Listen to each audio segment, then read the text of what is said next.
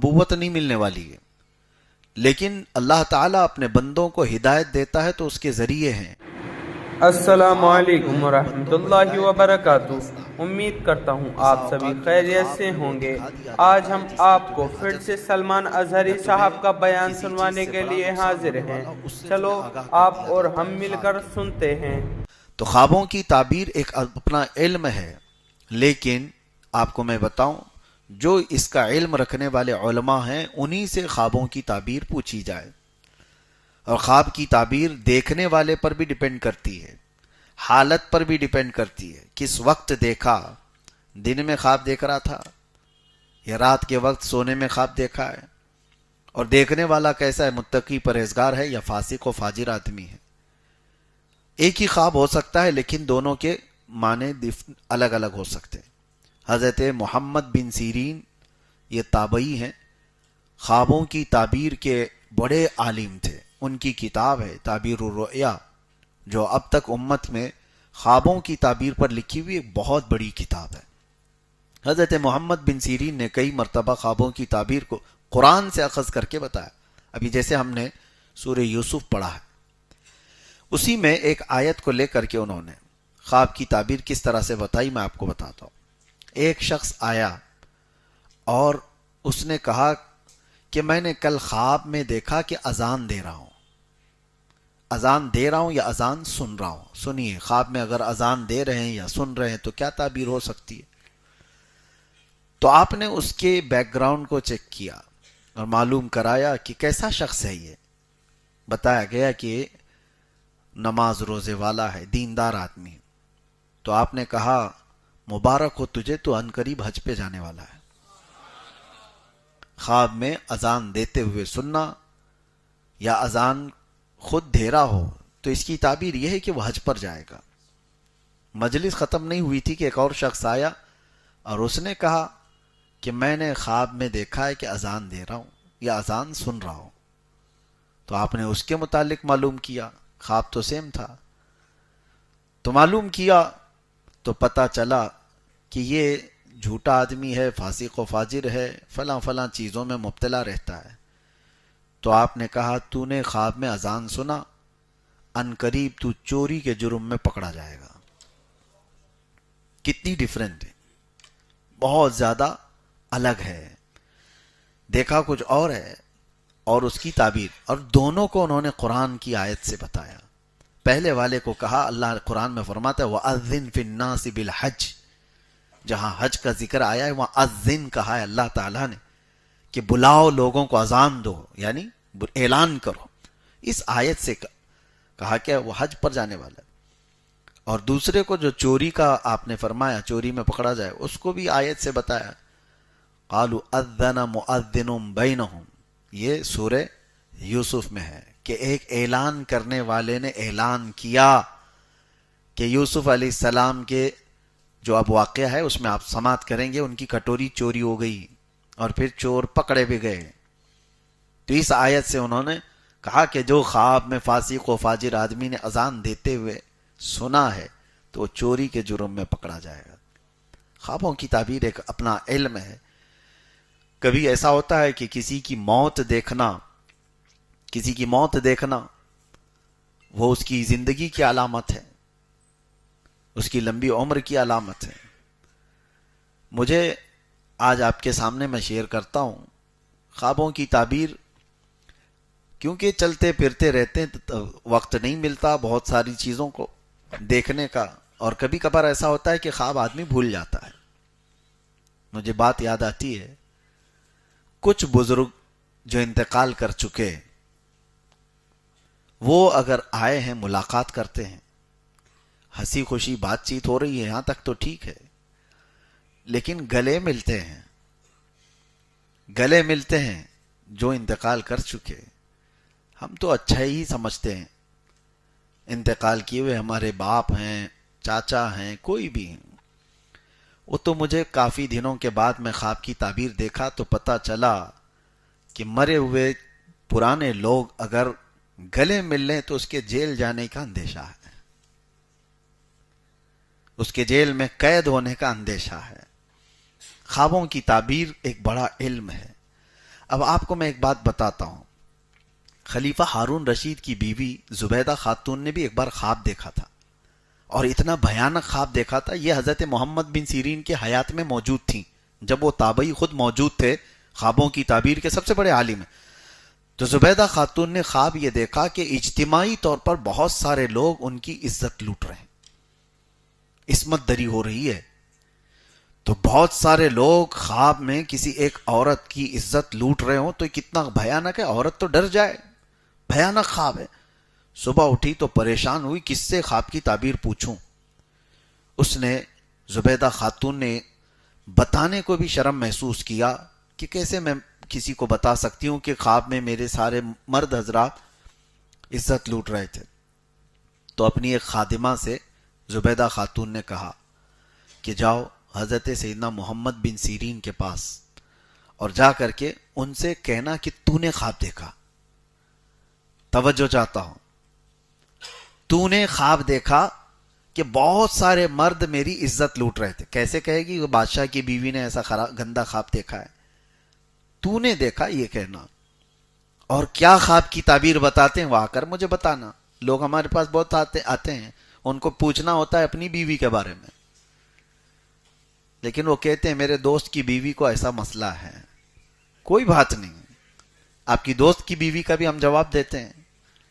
اگر ایسا کوئی پوچھنا چاہتا ہے تو کوئی حرج نہیں ہے، حیا کی وجہ سے۔ خود کی بیماری کو بھی اگر کسی دوسرے پہ ڈال کے پوچھتا ہے میرا دوست ہے اس کو ایسا پرابلم ہے، کوئی بات نہیں، آپ کو بھی ہو سکتا ہے۔ تو ہمیں اتنا تو اندازہ ہوتا ہے۔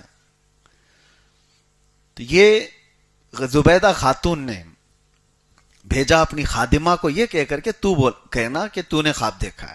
اب ہوتا کیا ہے سنیے، ایسے خوابوں کو آپ ہمارے پاس مت بھیجنا۔ وہ خادمہ تو گئی حضرت محمد بن سیرین کے پاس، وہ چلتے پھرتے آدمی نہیں تھے، خوابوں کی تعبیر کے بڑے عالم تھے۔ کہا کہ حضور ایک بڑا بھیانک خواب میں نے دیکھ لیا کل۔ کہا کیا دیکھا؟ کہا بہت سارے مرد میری عزت لوٹ رہے تھے، میں ڈر گئی صبح اٹھ کر کے۔ تو آپ نے پوچھا اچھا کیا کام کرتی ہو؟ تو اس نے کہا میں خادمہ ہوں، کنیز ہوں محل میں۔ تو آپ ہنسنے لگے، جھوٹ بول رہی ہے، تو یہ خواب دیکھ ہی نہیں سکتی، تو نے یہ خواب دیکھا ہی نہیں، جھوٹ کیوں بول رہی ہے؟ تو اس نے کہا آپ کو کیسے پتا؟ کہا پتا ہے، تو خدمت کرنے والی باندی ہے اور یہ اس قسم کا خواب تو نہیں دیکھ سکتی۔ تو اس نے کہا اچھا چھوڑیے، کوئی بھی بات ہو، کوئی بھی دیکھا ہو۔ کہا کون دیکھا ہے بتاؤ۔ پھر اس خادمہ نے بتا دیا کہ خلیفہ ہارون رشید کی بیوی ملکہ زبیدہ نے خواب دیکھا۔ تو حضرت محمد بن سیرین نے کہا ڈرنے کی بات نہیں، جاؤ اس خواب کی تعبیر اتنی اچھی ہے کہ جا کر اپنی خاتون سے کہو عنقریب وہ ایک ایسا کام کرے گی جس سے پوری امت نفع اٹھائے گی، امت کا ایک بہت بڑا حصہ اس سے فائدہ اٹھائے گا۔ اور خواب کی تعبیر ہی ہے کہ حضرت زبیدہ خاتون حج پر آئیں، عرفات کے میدان میں دیکھا حاجیوں کو پیاس سے بلکتے ہوئے، انہوں نے وہیں پر یہ اللہ کی بارگاہ میں عہد کیا کہ مولا تیرے مہمانوں کو پانی پلانے کا میں انتظام کروں گی۔ اور اس کے بعد زبیدہ خاتون نے دریائے دجلہ بغداد سے لے کر عرفات کے میدان تک 1400 کلومیٹر کی نہر بنائی، اور وہاں سے جب پانی چھوڑا تو میدان عرفات تک پانی آ گیا، اور ایک دو نہیں 1200 سال تک حاجی لوگ اس سے پانی پیتے رہے۔ اس خواب کی تعبیر تھی یہ، 1200 سال تک لوگ اس سے نفع اٹھاتے رہے چلچلاتی ہوئی دھوپ میں، اس کے علاوہ پانی کا کوئی وہاں پر ذریعہ نہیں تھا۔ اب جا کر کے وہ بند ہو گیا جب سعودی حکومت آئی، لیکن اس کی باقیات آج بھی موجود ہیں، آج بھی وہ نہر اسی انداز سے حجاج اکرام جو بھی جاتے ہیں زیارت کرتے ہیں وہ دیکھتے ہیں عرفات کے میدان سے مزدلفہ جانے کے وقت یہ نہر زبیدہ نظر آتی ہے آج بھی۔ اور حد تو یہ ہے کہ خلیفہ ہارون رشید نے ان سے پوچھا تھا کتنی لاگت آئی اتنی لمبی نہر بنانے میں؟ تو زبیدہ خاتون نے کیا کہا اپنے شوہر سے؟ کہا میں یہ قومی خزانے سے پیسے نہیں لی تھی، یہ میرے ذاتی خرچے کے پیسے تھے، اس سے میں انہیں بنوائے۔ قومی خزانے سے اگر بنائی ہوتی تو میں آپ کو حساب دیتی، یہ میرے ذاتی خرچوں سے میں نے بنایا، لہٰذا حساب میں آپ کو بھی نہیں دوں گی، قیامت کے دن صرف اللہ کے پاس ہوگا۔ آج تک کسی کو پتہ نہیں اس نہر میں کتنی لاگت آئی، کتنا پیسہ گیا، وہ اللہ والے لوگ تھے. تو بہرحال خواب کے سلسلے میں میں بتا رہا تھا، اور یہ سورہ یوسف بھی شروع ہوتا ہے خواب سے ہی. میں نے کل ہی بتایا تھا حضرت یوسف علیہ السلام نے خواب میں کیا دیکھا تھا. کل کی اگر آپ کو تفسیر یاد ہو تو انہوں نے خواب میں کیا دیکھا تھا؟ 11 ستارے، ایک چاند اور ایک سورج ان کو سجدہ کر رہا. یہ خواب ذہن میں رہے. اور اس کے بعد کیا کیا ہو گیا یوسف علیہ السلام کے ساتھ. بھائیوں نے کنویں میں ڈال دیا، وہاں سے قافلہ اٹھا کر لایا بازار مصر میں، وہاں پر ان کو نیلام کیا گیا، پھر بیچ دیا گیا. عزیز مصر کے گھر آئے، زلیخا خاتون فدا ہوئی، الزام لگا، جیل گئے. جیل میں کتنے سال؟ 14 سال چلے گئے. اس کے بعد وہ وقت آیا جب بادشاہ نے بھی خواب دیکھا. دیکھیں خواب کے ارد گرد گھوم رہی ہے بات. اس زمانے کا جو بادشاہ تھا اس نے خواب دیکھا. وہ خواب کیا دیکھا؟ وقال الملك انی ارا 7 بقرات سمان یاکلهن 7 عجاف. وہ کہتا ہے کہ میں خواب میں دیکھا کہ 7 بھینسیں ہیں سوکھی ہوئی، و7 سنبلات خضر واخر یابسات، اور 7 سوکھے گھاس کی اور 7 اچھے والے اناج کی اوٹ دیکھا. ایک خواب ایسا تھا 7 بھینسیں ہیں اور اس میں 7، اس کو کیا کہتے ہیں، گھاس کا جو اوٹ بناتے ہیں کسان لوگ بناتے ہیں بیلوں کے چارے کے لیے، اور 7 ہرے گھاس کے اور 7 سوکھے گھاس کے. اس طرح سے اس نے دیکھا یہ 7 کا عدد کیا ہے. وہ پریشان ہوا. تو اس نے صبح اٹھ کر کے اپنے درباریوں سے پوچھا کہ کوئی ہے جو میرے خواب کی تعبیر بتائے. تو اس کے درباریوں میں وہ چھوٹا ہوا قیدی موجود تھا جس کے خواب کی تعبیر حضرت یوسف علیہ السلام نے جیل میں بتائی تھی، جو انگور کا رس نچوڑ رہا تھا. وہ آزاد بھی ہو گیا. اس نے کہا کہ ہاں مجھے ایک آدمی پتا ہے جو جیل کے اندر رہتا ہے، خوابوں کی سچی سچی تعبیر بتاتا ہے. تو بادشاہ نے کہا اس کو لے آؤ. تب یوسف علیہ السلام کو جیل سے آزاد کر کے لایا گیا. یوسف افتنا فی 7 بقرات، یوسف ایھا الصدیق افتنا فی 7 بقرات. اب بادشاہ کہتا ہے اے یوسف میرے یہ 7 بھینسوں والے خواب کی تعبیر بتاؤ کیا ہوگا. تو حضرت یوسف علیہ السلام نے کہا کہ تمہارے خواب کی تعبیر یہ ہے کہ 7 سال جو ابھی آئیں گے تمہارے بہت خوشحالی کے ہوں گے، غلہ اناج سب زیادہ ہو جائے گا. ثم یأتی بعد ذلك عام فیہ یغاث الناس وفیہ یعصرون. اس کے بعد پھر ایسا وقت آ جائے گا کہ لوگ جو ہے بھوکے اور پیاسے ہو جائیں گے، پوری زمین سوکھ جائے گی، اناج غلہ ختم ہو جائے گا، لوگ اپنے آپ کو بیچنے لگ جائیں گے، سب چیزیں اٹھا کر بیچ دیں گے. تو کیا کرنا چاہیے؟ تو بادشاہ سے یوسف علیہ السلام نے کہا یہ جو تمہارے اچھائی کے 7 سال ہیں یہ اس میں اناج اور غلہ خوب جمع کر لو، اور جب وہ برے دن آ جائیں یعنی بھوک و پیاس و شدت کے، اس وقت اپنی رعایا کو تم اناج تقسیم کرو. تو بادشاہ کو یہ خواب سمجھ آ گیا، یہ تعبیر سمجھ آ گئی، اور اس کے اعتبار سے بادشاہ نے اعلان کیا اور سارے غلے اناج جمع کیے جانے لگے. اور یوسف علیہ السلام کو اس خواب کی تعبیر بتانے کے بعد بادشاہ مصر نے سیدھے اپنے وزیر اعظم کے عہدے پر بٹھا دیا. وزیروں میں بھی وزیر اعظم کے عہدے پر بٹھا دیا. یہی ہے رب تعالیٰ کا نظام. گھر سے نکلے، قافلے میں گئے، کنویں میں ڈالے گئے، بازار میں بیچے گئے، پھر جیل میں ڈالے گئے، اور اس کے بعد سیدھے رب تعالیٰ کہاں؟ وہ اتنا بلند مقام کے وزارت عظمیٰ پر بٹھا دیا. اور اللہ فرماتا ہے وَكَذَلِكَ مَكَّنَّا لِيُوسُفَ فِي الْأَرْضِ. ہم نے زمین پر یوسف کو قوت بخشی. اور یوسف علیہ السلام نے اپنے حسن تدبیر سے ملک کے اور سلطنت کے کاموں کو ایسا نبھانا شروع کیا کہ بادشاہ کا اعتماد پورا آپ کے اوپر. 7 سال گزر گئے. اس کے بعد جو قحط کے 7 سال آئے، وہ آگے کے جو 7 سال تو ساری رعایا پریشان تھی، ہر جگہ سے لوگ بھوکے اور پیاسے، اور کچھ بھی نہیں تھا. سب لوگوں نے جانور بیچ دیے، گھر بیچ دیے، اپنے آپ کو بھی بیچنے لگ گئے. تبھی اعلان ہوا کہ لوگوں کی ضروریات کے لیے شاہی خزانے سے غلہ دیا جائے گا. جو جس گھر میں، اب راشن تقسیم ہوتا ہے، جس گھر میں جتنے لوگ ہیں اتنا راشن لے کے جاؤ. اعلان ہو گیا، ہر جگہ سے لوگ اناج غلہ لینے کے لیے آئے. یہ وہ زمانہ ہے جب یہ شدت بھوک اور قحط سالی کی وجہ سے سارے لوگ پریشان تھے. تو یوسف علیہ السلام کے وہ 10 بھائی، ان کا کیا ہوا؟ وہ حضرت یعقوب علیہ السلام کی ناراضگی ہی مول لے کر جی رہے تھے.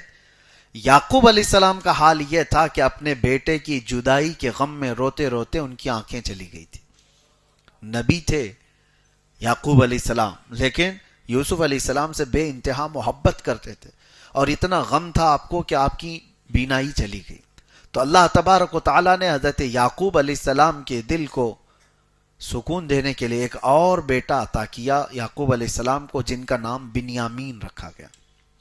بنیامین، یوسف علیہ السلام کے جانے کے کئی سالوں بعد بنیامین پیدا ہوئے، اور حضرت یعقوب علیہ السلام اب یوسف علیہ السلام کے مقام پر بنیامین کو زیادہ پسند کرتے تھے، اپنے قریب رکھتے تھے، ان سے محبت کرتے تھے جیسے یوسف علیہ السلام کے ساتھ تھا. بہرحال اب غلہ اور اناج جب بٹنے کی بات آئی تو یہ 10 بھائیوں کو بھی حضرت یعقوب علیہ السلام نے کہا جاؤ بادشاہ مصر غلہ اور اناج تقسیم کر رہا ہے، تم لوگ بھی اپنے حصے کا لے آؤ. یہ 10 لوگ نکلے اور آئے.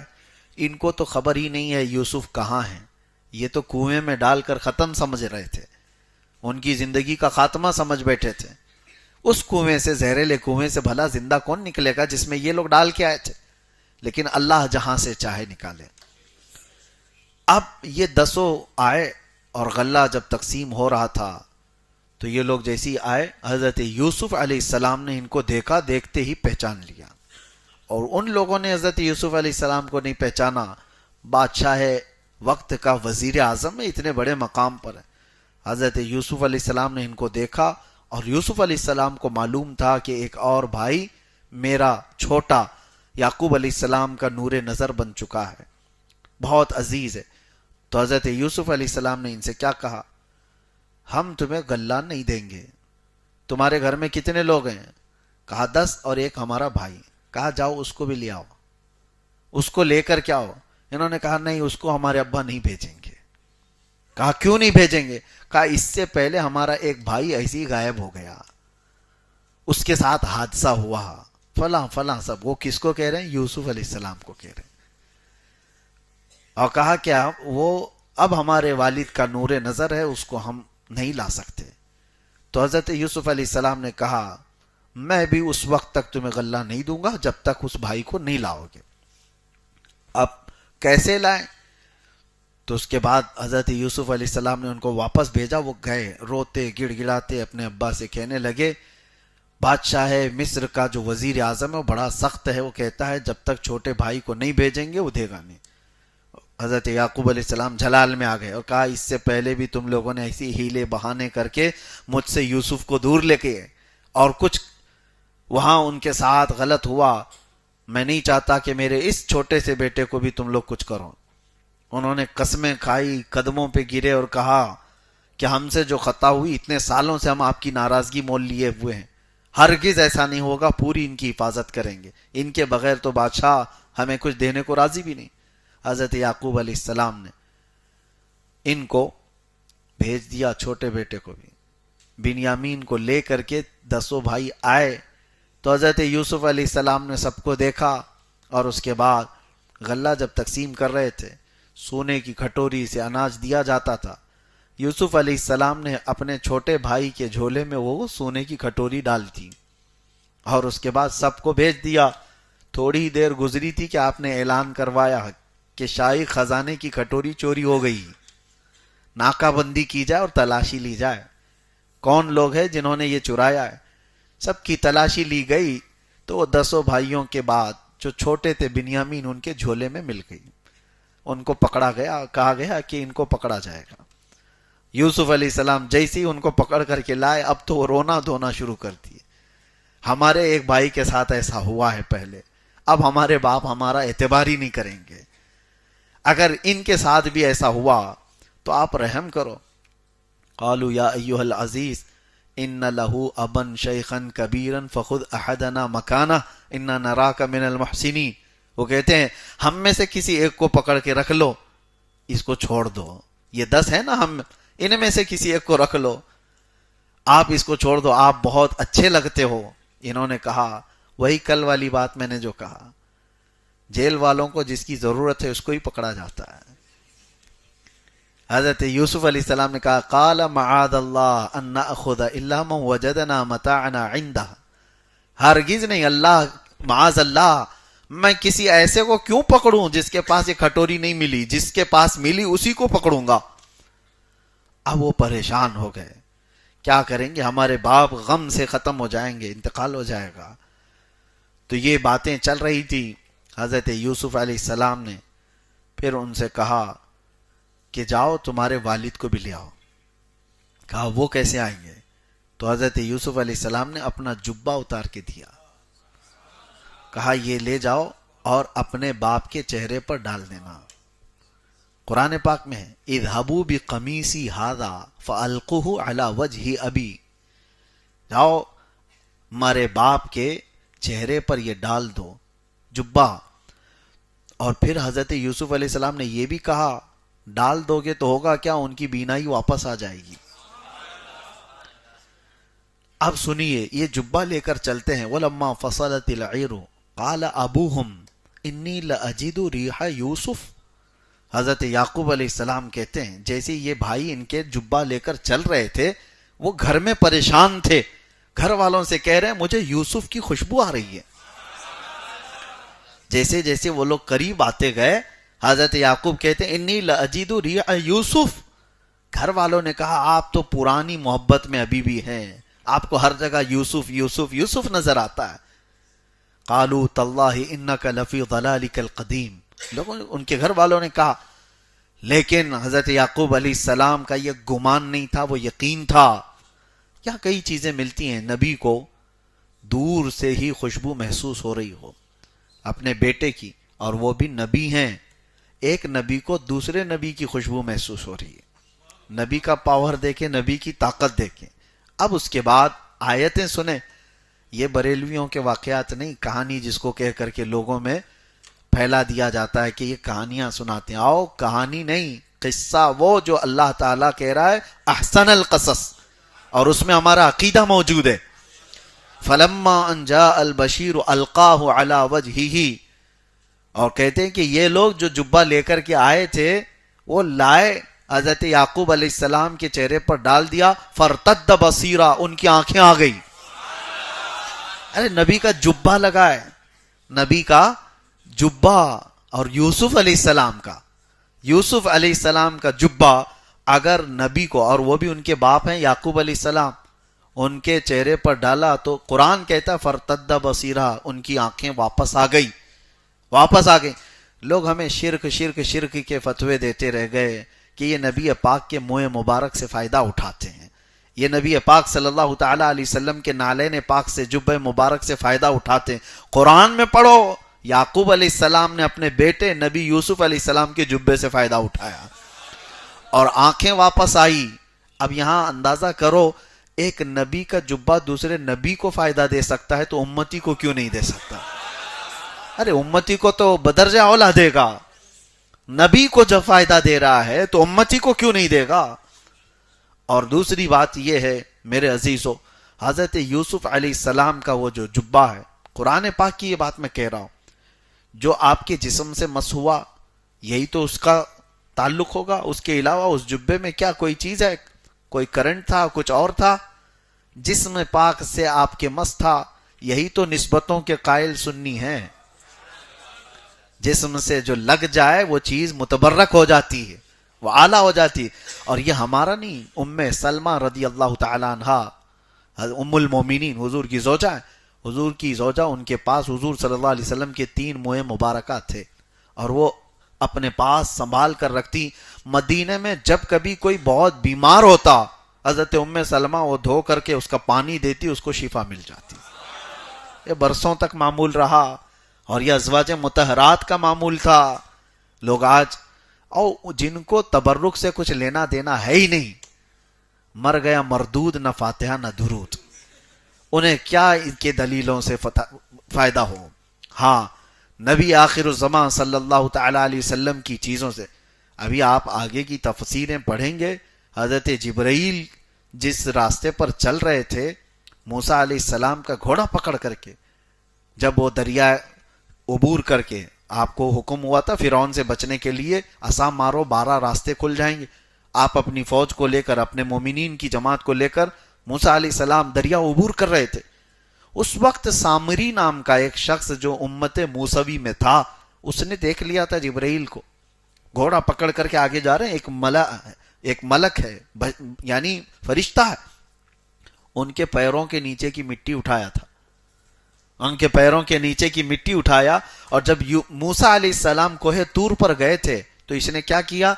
پورے لوگوں کے سونے چاندی جمع کیے, پگھلا کر کے ایک بچڑا بنایا. ہاں, وہاں پر بھی اس نے گاؤں ماتا بنایا اور اس کے بعد اس میں وہ مٹی ڈال دیا. کون سی؟ جو جبرائیل امین علیہ السلام کے قدموں کے نیچے سے اس نے اٹھایا تھا. ہاں, قرآن پاک میں قال بصرت بما لم يبصروا به فقبضت قبضة من اثر الرسول فنبذتها وكذلك سولت لي نفسي. وہ کہتا ہے میں نے وہ سونے کے بنے ہوئے بچڑے کے منہ میں وہ مٹی ڈال دیا تو بچڑا بولنے کے قابل بن گیا. بیٹری والا بچڑا نہیں تھا, ہاں سیل لگا کر کے بولا جا رہا ہو. اس زمانے میں موسیٰ علیہ السلام کے زمانے میں اس نے بولنے کے قابل بنایا اور لوگ جو ہے اس کو خدا سمجھ بیٹھے. کتنے تو شرک کر گئے, سجدے میں گر گئے, اس بچڑے کی محبت ان کے دلوں میں بیٹھ گئی اور شرک ایسا کیے کہ اللہ کا عذاب آیا ان پر. موسیٰ علیہ السلام جب واپس آئے تو دیکھ کر جلال میں آئے. اب یہاں میں بتانا چاہتا ہوں جبرائیل امین کے قدم کے نیچے کی مٹی اٹھا کر کے بے جان بچڑے کے منہ میں ڈال دیا جائے وہ بولنے کے قابل ہوتا ہے, تو جہاں رحمت عالم صلی اللہ علیہ وسلم جس مدینے پہ چلے ہوں کیا وہ مدینے کی مٹی کھا کے شفا نہیں ہوگی؟ تراب المدینۃ فیہ شفاء, مدینے کی مٹی میں شفا ہے. غبار المدینۃ فیہ شفاء, وہاں کی دھول میں بھی شفا ہے. صحابہ جب مدینہ طیبہ سے چلتے تھے تو اپنے چہروں پر لگی ہوئی دھول کو صاف نہیں کرتے, اکثر اس لیے کہ وہ جلد کے لیے شفا ہے. حضور پاک صلی اللہ علیہ وسلم کے قدم جہاں پر پڑے ہیں وہ شفا ہے. ہاں, جو چیز مس ہوئی, یہ قرآن کے عقیدے کی بات میں بتا رہا ہوں. حضرت یوسف علیہ السلام کے والد آئے اور اب بینا تھے اور یہ 10 بیٹے اور چھوٹے بیٹے 11 لوگ مل کر کے آئے. یوسف علیہ السلام کو جیسے ہی انہوں نے دیکھا, عزیز مصر بادشاہ بھی تھا اس وقت, اور حضرت یوسف علیہ السلام نے پھر اپنا قصہ بتایا کہ یہ میرے بھائی ہیں, یہ میرے باپ ہیں, یہ میرے چھوٹے بھائی, انہوں نے یہ کیا تھا فلاں فلاں, اور اللہ تعالیٰ نے مجھے وہاں سے نجات دیا, بازار میں پہنچایا, پھر پرانے بادشاہ کے گھر, وہاں سے جیل, جیل سے تمہارے دربار میں. یہ اللہ تبارک و تعالیٰ کی حکمتیں ہیں, جسے جہاں سے چاہتا ہے اٹھا کر بلند کرتا ہے. اور پھر اپنے بھائیوں سے کہا لا تثریب علیکم اليوم یغفر اللہ لکم, آج تمہاری کوئی پکڑ نہیں, اللہ تمہاری بخشش کرے. بھائیوں کو انہوں نے معاف کر دیا, آج میں تمہاری کوئی پکڑ نہیں کرتا, اللہ معاف کرے, میں تمہارے لیے استغفار کرتا ہوں. جیسی یوسف علیہ السلام نے یہ کہا, وہ سارے لوگ یوسف علیہ السلام کی تعظیم میں سجدے میں گر گئے, سجدے میں گر گئے. فلما دخلوا على یوسف آوا الیہ ابویہ وقال ادخلوا مصر ان شاء اللہ آمنین. یہاں سے اللہ تعالیٰ فرماتا ہے ورفع ابویہ علی العرش وخروا له سجدا وقال یا ابتی ھذا تأویل رؤیائے. اس میں کتنے لوگ سجدے میں گر گئے؟ 11 بیٹے, یعقوب علیہ السلام اور عزیز مصر. حضرت یوسف علیہ السلام کہتے ہیں بچپن میں نے جو خواب دیکھا تھا, اے میرے والد یہ اس کی تعبیر ہے, یہ 11 ستارے ہیں, ایک چاند ہے اور میرا باپ سورج ہے. عزیز مصر بادشاہ اس کی مثال چاند ہے اور یعقوب علیہ السلام وہ سورج کی مثل ہیں, اور سارے تعظیم میں جھک گئے. کس کے؟ یوسف علیہ السلام. تعظیم کا سجدہ جائز تھا. اس واقعے کو لے کر کے کوئی پیر صاحب پھر سجدہ نہ کرائیں. ہاں, وہ تعظیم یعنی مذہب موسوی میں اور اس سے قبل کی مذاہب کی بات میں کر رہا ہوں. بہت ساری چیزیں شریعت میں تبدیلی آ گئی. یوسف علیہ السلام کی شریعت میں جائز تھا. اگر آپ ان کی شریعت میں ہو تو یہاں زندہ بھی نہیں رہنا چاہیے. یہ امت محمدیہ ہے, شریعت چلے گی تو میرے مصطفیٰ کی ہوگی. بہرحال حضرت یوسف علیہ السلام کا واقعہ یہاں پر تمام ہوا, اور اللہ تبارک و تعالیٰ نے ان بھائیوں کو جو معاف فرمایا, اس میں ایک بہت نفیس عمدہ نکتہ مفسر شہیر حکیم الامت بیان فرماتے احمد یار خان رحمۃ اللہ علیہ. دیکھیں توجہ,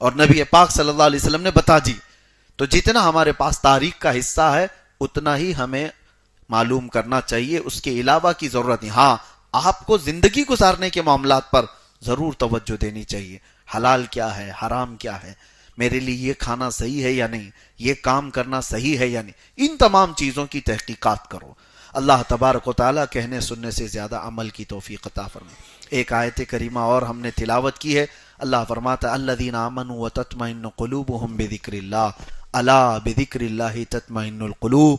اللہ فرماتا بے شک وہ لوگ جو ایمان لائے ان کے دلوں کا سکون اللہ کے ذکر سے ہے. آگاہ ہو جاؤ, آگاہ ہو جاؤ. اللہ بذکر اللہ, اللہ فرماتا ہے خبردار, اللہ کے ذکر سے دلوں کو سکون ملتا ہے. اپنے دل کو سکون دینا چاہتے ہو, قرار واقعی دینا چاہتے ہو, اللہ کے ذکر میں اپنے آپ کو مصروف رکھو. برسوں ہو جاتے ہیں, مہینوں ہو جاتے ہیں, لوگ اللہ کا ذکر نہیں کرتے. ذکر کی کئی قسمیں ہیں. ذکر باللسان یعنی زبان سے, ذکر بالجوارح اعضاء سے بھی اللہ کا ذکر کرتا ہے آدمی, اور عبادت کے ذریعے سے بھی اللہ کا ذکر کرتا ہے, قلب سے بھی اپنے اللہ کا ذکر کرتا ہے. ذکر کے کئی طریقے ہیں, اور اللہ نے قرآن میں کیا فرمایا, فَاذْكُرُونِي اذکرکم, تم میرا ذکر کرو میں تمہیں یاد کروں گا. اللہ تبارک و تعالیٰ کا یہ وعدہ ہے, اور وہاں یاد کرے گا جہاں دنیا تمہیں یاد نہ کرے. تمہاری قبر میں کوئی تمہیں پوچھنے والا نہیں, لیکن اللہ تبارک و تعالیٰ تمہیں وہاں پر یاد فرمائے گا. تو یہ ذکر کے بغیر مردہ ہے آدمی. اور ایسی ہی سمجھ لو ہماری روح بیمار ہوتی چلی جاتی ہے. دل کے متعلق فرمایا میرے آقا صلی اللہ علیہ وسلم نے, جب پیدا ہوتا ہے بندہ تو ایسا اس کا دل صاف شفاف آئینے کی طرح ہوتا ہے, پیدا ہوتا ہے. اور جب وہ بڑا ہو کر شعور آتے ہیں اور گناہ کرتا ہے تو اس کے دل پر ایک دھبا لگایا جاتا ہے, اور اس کے بعد وہ دھبا اس کو دوسرے گناہ پر ابھارتا ہے. ایک بار کر لیا نا تو کیا فرق پڑتا ہے, کچھ ہوا تو نہیں. دوسرا گناہ کرتا ہے, پھر تیسرا گناہ کرتا ہے, پھر چوتھا گناہ کرتا ہے. یہ گناہ اس کو اور آگے پش کرتے جاتے ہیں کہ پہلا والا گناہ اس کو تقویت دیتا ہے, سپورٹ کرتا ہے. کچھ ہوتا نہیں ہے, ایک بار جھوٹ بولنے سے کچھ ہوا تو نہیں, بچہ شروعات یہاں سے کرتا ہے. چوری کر کے بھی دیکھ لیا, کوئی پکڑا نہیں, اور دوسری کر لو, دوسرے کے بعد تیسری, تیسری کے بعد بڑی, یہ چلتا رہے گا. اور میرے آقا صلی اللہ علیہ وسلم فرماتے ہیں ایک وقت ایسا آ جاتا ہے اس کے دل پر کالے نقطے بیٹھتے بیٹھتے پورا دل کالا ہو جاتا ہے. اور دل جب کالا ہو جاتا ہے تو پھر اس کو نہ عبادتوں میں دل لگتا ہے, نہ قرآن پڑھ سکتا ہے, نہ زیادہ دیر تک مسجد میں بیٹھ پاتا ہے, نہ غربا و مساکین کو خیرات کر پاتا ہے, نہ اس کو آیات عذاب ہلا پاتے ہیں, نہ آیات قبر. وہ جنازے دیکھتا رہتا ہے, قبرستانوں میں ٹھٹے مار کر ہنستا رہتا ہے. یہ اس کی علامتیں ہیں جس کا دل کالا ہو چکا. امید کرتا ہوں آپ کو یہ بیان بہت پسند آیا ہوگا. ایسے ہی بیان سننے کے لیے ہمارے چینل کو لائک اور سبسکرائب کریں اور بیل آئیکن بھی دبا دیں. ملتے ہیں اگلی ویڈیو میں.